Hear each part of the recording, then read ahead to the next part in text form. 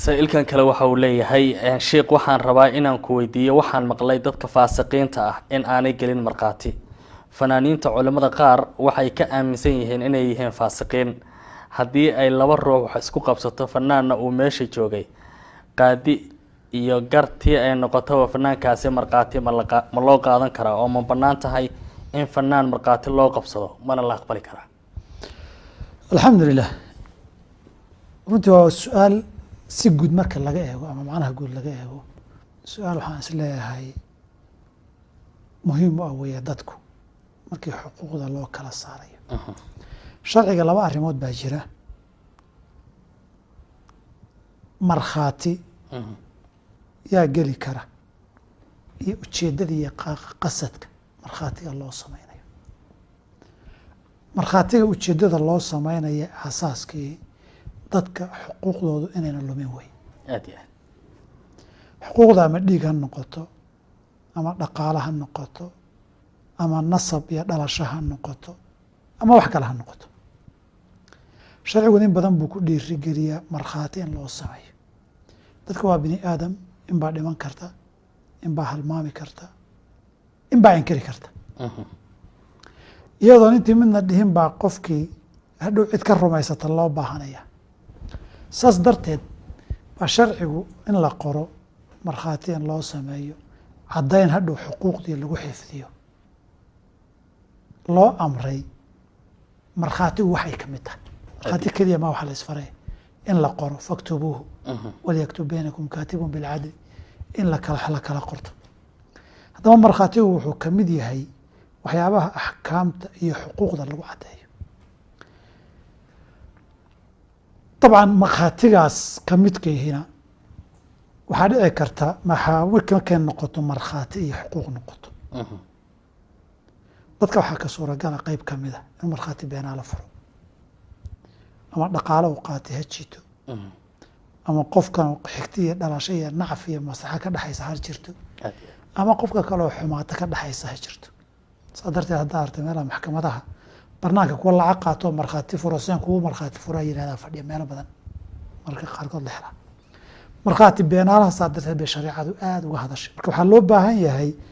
in markhaatina la helo lagana taxadaro markhaati beenaale saas darteed bay cadaaladdu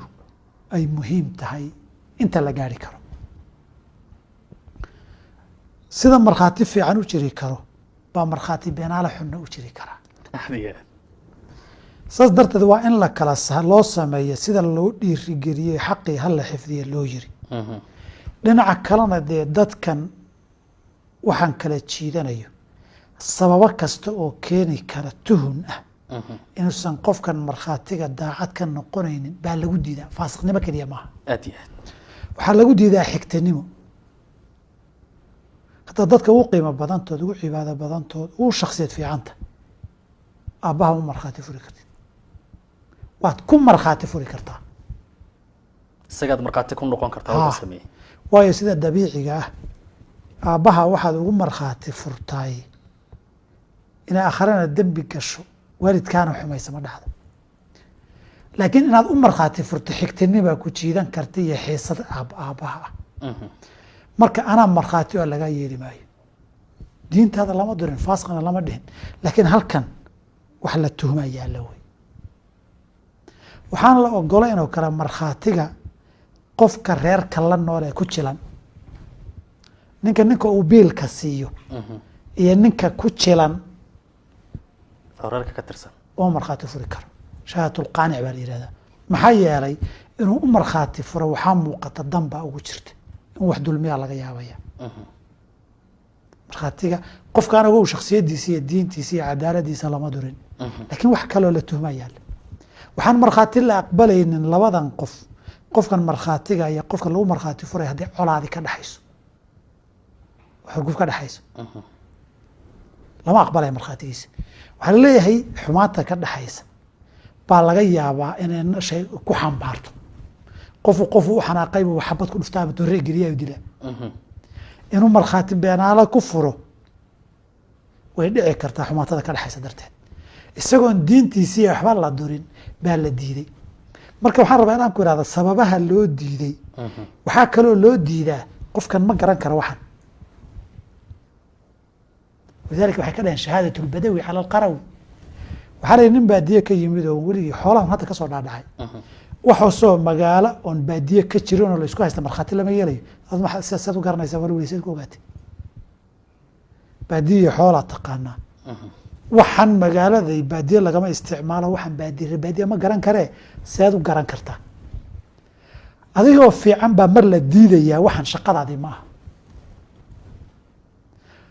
shaqooyinka qaarkood dad gaaraa ka markhaati furi kara aad iyo aad ilmo la dabamariyey umulisaa ka markhaati furi karta qof umulid ka shaqeeya banaankan joogay waan isdabamariya waan ganaydi lagama yeelayo diintan waxaan rabaa inaan isla fahano waxaan rabaa aasaaska ah markhaatigiina xuquuq baa lagu cadeeyaa laakiin seef laba af leh buu noqon karaa xuquuqan jirina dad buu dusha ka saari karaa xuquuq jirtay oo lalahaana wuu duudsin karaa aad iyo aad marka maxaa ka sababi kara xigtanimaa sababi karta nacfi uu ku qabaa sababi kara colaad baa sababi karta maxaa kaloo sababi kara diin xumaa sababi karta oo qofku dhooni qaato halka diin xumada weeye haddaba halkay ka soo gashay faasiqnimadu walidalika ilahi wuxu ayuha aladiina aamanuu in jaakum faasiqun binaba'in fatabayanuu diida lama dhihin hubsadaa la yidhi warkaa war ku sugan ninkani haddii fisqi iyo dembi uu ku jiro noocu dooniba ha noqdo khamri buu cabi karaa qaad buu cuni karaa dad buu dili karaa waxbuu xadi karaa ribuu ku jiri karaa xooluu dhaci karaa oon boobi karaa bililaqaysan karaa dembiyada la sameeyey way fara badan yihiin kana dana la weydiiye waxba gaar kuma aha aad iyo aad wax isaga gaar ku ah ma jiro saas darteed qofku hadduu sidaas yahay waxay tilmaamaysaa diin iyo alla ka cabsi xumo ninka bahashaas aan qarsanee banaanka la soo istaagayna marar badana dee dembi inaad gasho qofkan dembi saarto ama xaq duudsida cabsi ilaahay baa kaa celisa ninkani cabsi ilaahay oo ka celisa inuu dad dulmiyo xaq duudsiya ma laha wey aad iyo waxaa tuhum waxaa jira ah marka qofkan inay dhici karto markhaati beenaale inuu furo intaasuu lamid yahay marka masalada markhaatiga lagu diido fisqi keliya maaha raba inaan ku ihahdo muhimaduna waxaa weeye qofkan xaalad wuxuu ku jiraa ay ka suuragal tahay isku soo uruuriyo markhaati beenaale inuu furo aad iyo aad taxadarka waxaa loo taxadarayaa dadkii xuquuqda lagu sheeganayey in xaqan jirna lagu xukmin dadkii xuquuqda sheeganayeyna aan lagu hor istaagin qof saasoo kale xaqooda lagaga hor istaagin ila marka qaarkood qofka waxaa lagu sheeganaya markhaati keeni kara inuu waxan bixiyey deynta lagu lahaa inuu siiyey ninkan anaa markhaati kaaba dhihi kara bixi qof baa xaqii la duudsinaya ama qof baa xaqaa lagu la saaraya labada way dhacda wax badanoo dhacana waan ogna taasi horta waa qaacidada asalka ee sharcigu marna xuquuqda in la ilaaliyo uu markhaatigii cadaymaha u faray marna cadaymihii laftoodii shuruudaha badan loogu dejiyey si loo xaqiijiyey inta ugu badan in laga fogaan karo markhaati beenaale iyo cadayn beena inays noqoto aad iyo aad ayb intaa masale kalaa jirta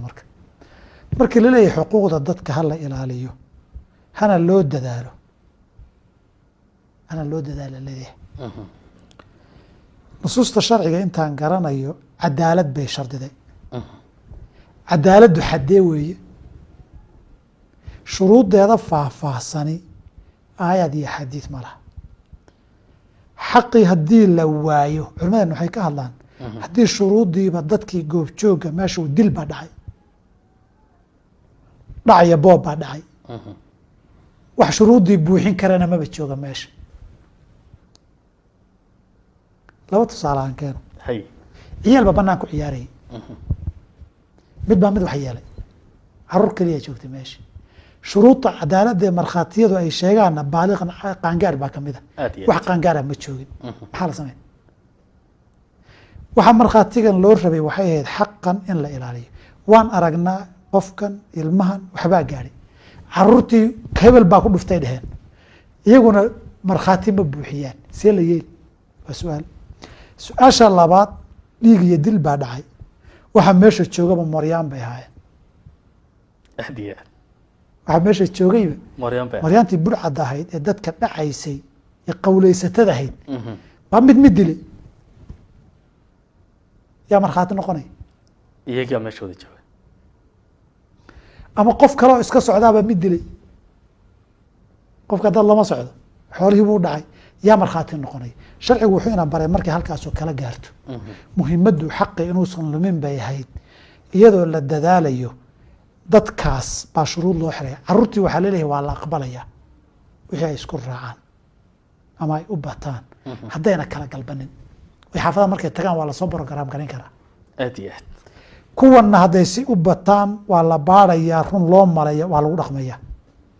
qur-aanka ina baray ilahi wuxuu ina baray qofkii muslimka ah safarta ah ee gaalo keliya la joogay adu caruur iyo faasiqiin muslim aad ka hadlaysaa oo markhaati kala waayey suurat lmaa'ida aad iyo aad ya ayuha aladiina aamanuu shahaadatu baynikum idaa xadara axadakum lmowtu xiina alwasiyati اثnaani dawaa cadli minkum laba idinkoo caadiliina aw aakharaani min gayrikum ama laba qofun muslim ba ahayn in antum darabtum fi اlardi faasaabatkum musiibat اlmowti inta haddayd safar tihiin oy geeridin ku timaado meeshiina muslim kama dhowa halkaa waxaan ka garanay waxaa la qaadanayaa waa iyagii waa la maraan maraya waa la baarayaa in ay wax isdaaman karaa la fiirinayaa siday u dhowaato haddii wax kale la waayo warkooda waa la qaadan aad iyo aad haddii dad ka fiican oo la aamino lahayana dimida ilahi ba ka cabsanayni maxaa warkiisa lagu fali wabilahi towfiiq aad ayaad umahadsantahay sheekh